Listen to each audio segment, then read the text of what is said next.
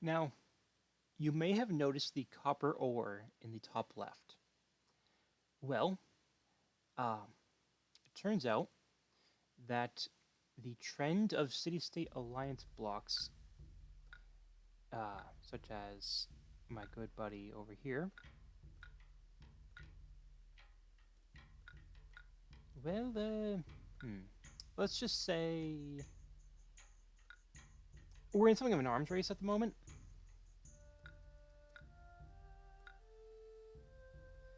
And we started figuring out how to use this whole copper thing. And I also, I think the maps got a little bigger, but that's not actually very important. So,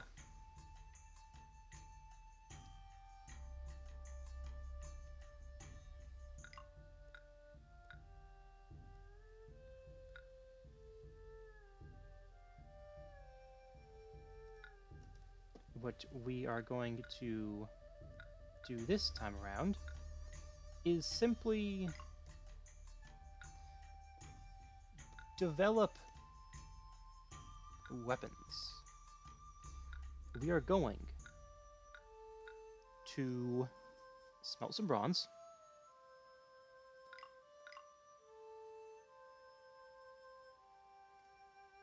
and turn it into weapons.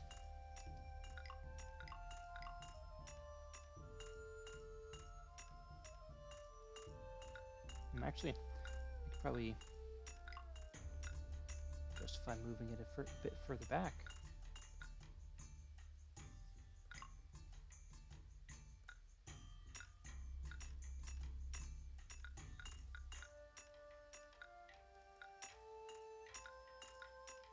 Now, setting up all this industry does take more manpower, so I'll restore wages to what they once were.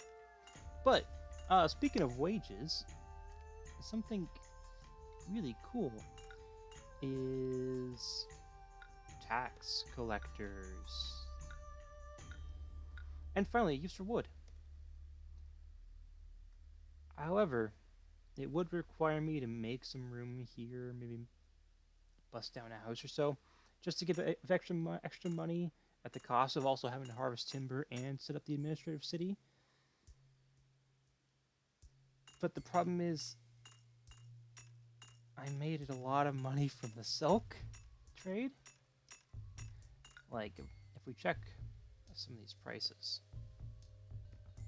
well, carved jade goes for 230, and then silk goes for 225, jade goes for 95. Ceramic's actually making no money at all. Funnily enough. So, uh, yeah, they're a decent early export because they're not complicated, but you don't make money off of pottery. It's not nice enough. Or to put it another way, the poor can afford it.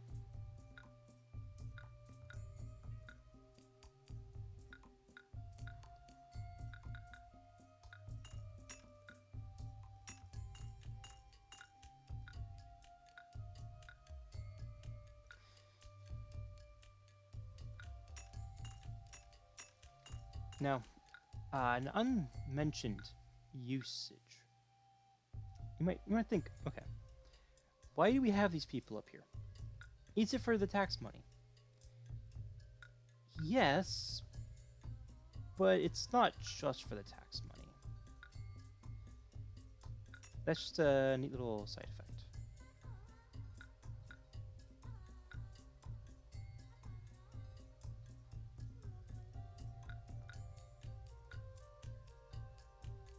Okay, where does this even want to go? What is this element? Wood?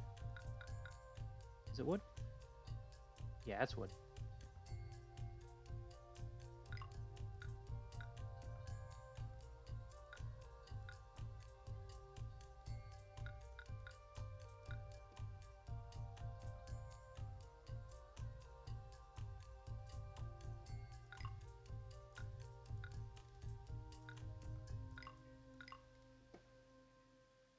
So, basically, uh, the infantry, you can only build so many forts. You can't endlessly spam them, even if you do have the resources to actually build them.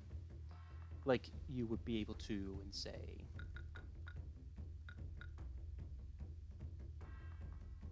Pharaoh, where there is a hard cap on the amount you can build, but you can build them all from the very beginning of the level if you want. Nothing stops you, other than just having the money and not being able to staff them. But if you want to, you could just spam them all. But in this one, you do actually have to worry about things like bureaucracy.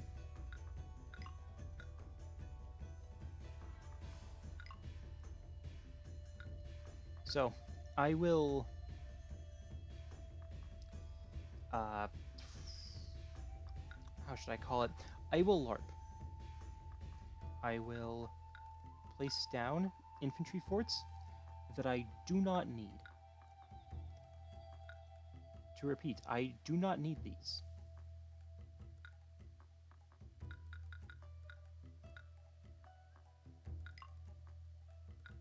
They are actively taking away workforce.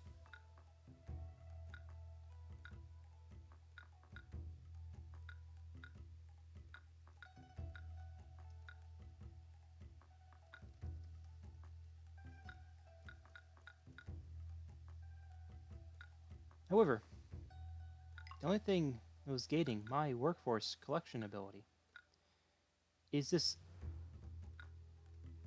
metal tax office. What?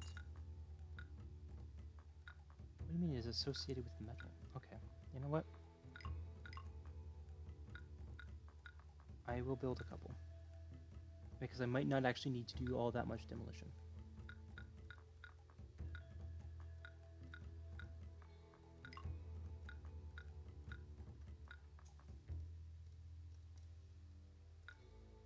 But the thing about tax in this game is that, see, that's 2172.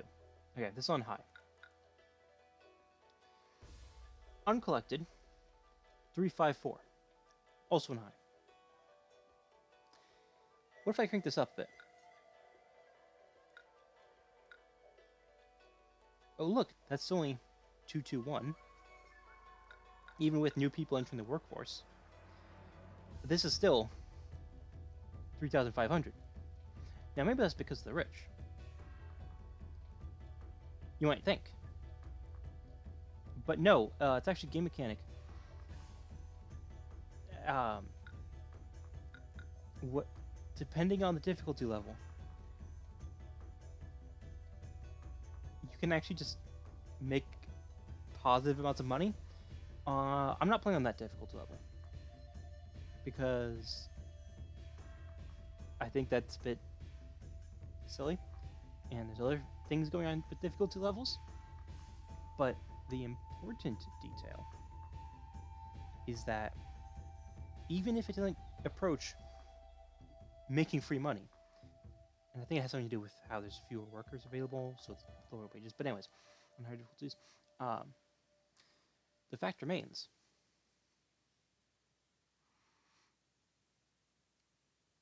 The wages and the tax increases, wage increases are not as big as tax increases because this is the government.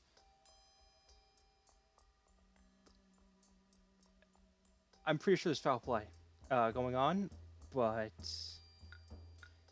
I'm benefiting from it, so I will keep my mouth shut. Like a good bureaucrat who is aiding and abetting foul play.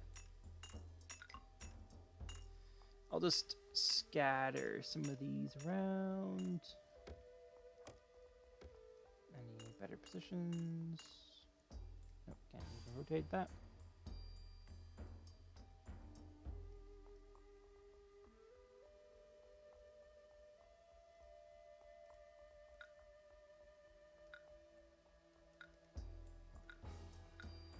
What if I move the road aside? No. What if I move the road aside? No. Okay.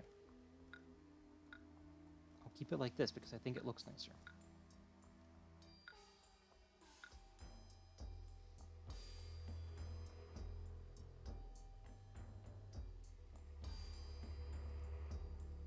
Anyways, it doesn't actually matter how many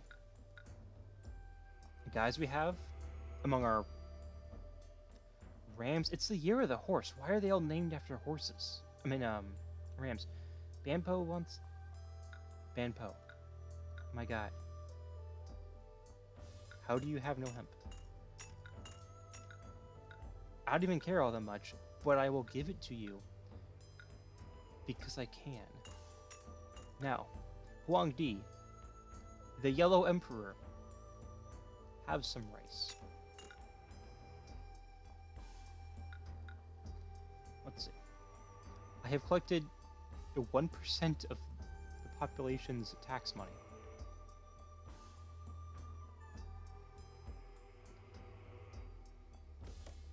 I find that's hilarious.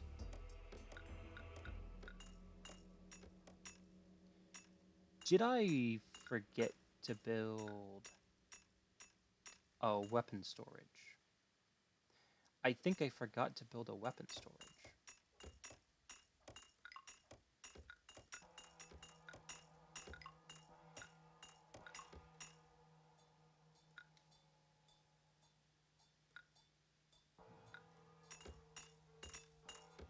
I might not have forgotten to build a weapon storage. I don't remember.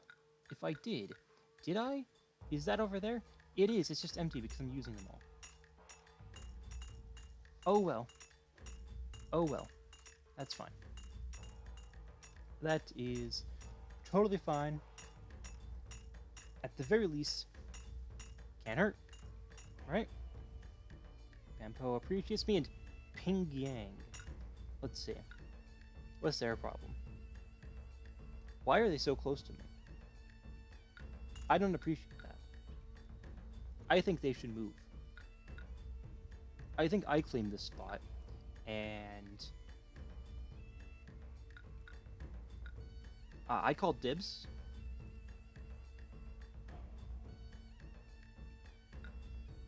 So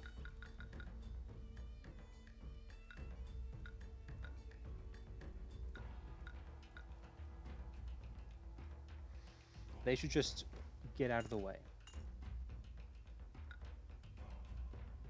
Oh, we visited an entire 2% of the people.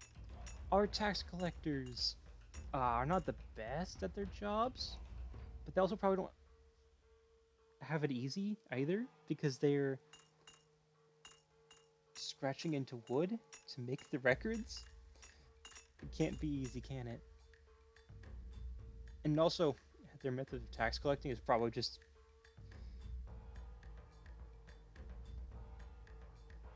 like Girl Scout cookie type door-to-door collection stuff, which is a funny mental image. Let's see. What even is the current weapon production?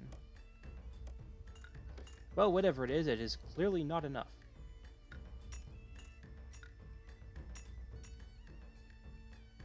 Oh. Pingyang wants to attack me. I knew they were going to do something. Not because I remember playing this level before. I have played this level before, I just don't remember anything that happened. The reason I knew it is because I knew there's no reason anyone would forward settle that close and have pure intentions. I played StarCraft, okay? I know about proxy barracks and all that. This is clearly a proxy city that just emerged. Otherwise, how would we have found it only just now? It clearly just emerged, just to attack me.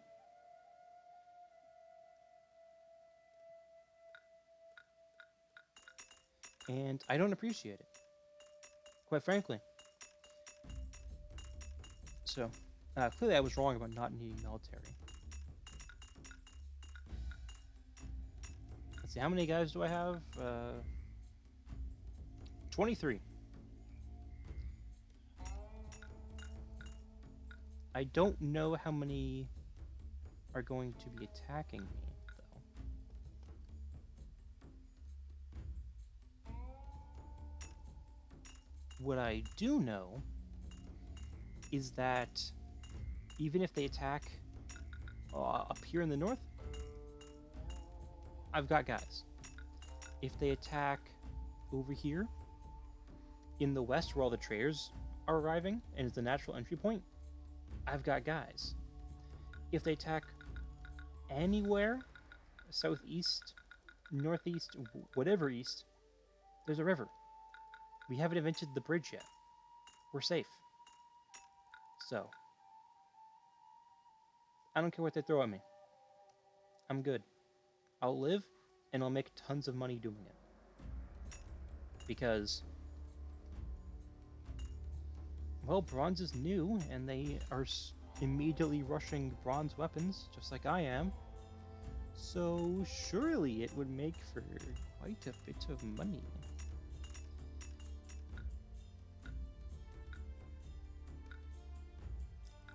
Unfortunately, I cannot send a spy to do much more than gather information, probably because their military isn't home to mess with. But 5 months just to go that short of a distance, they really are slow. And probably hunting to feed themselves. Heck, maybe even going fishing. Commendable generalship. Those three-headed dogs from Pingyang were certainly no match for your well-drilled infantry. The Xia dynasty and these tutorials is now at an end. The winds of change are blowing, and a new people called the Shang are on the rise. Okay, well, I didn't actually fight Pingyang, but well, we got to see a series of city-states living their best lives. But all good things must come to an end, including my fat stacks of cash.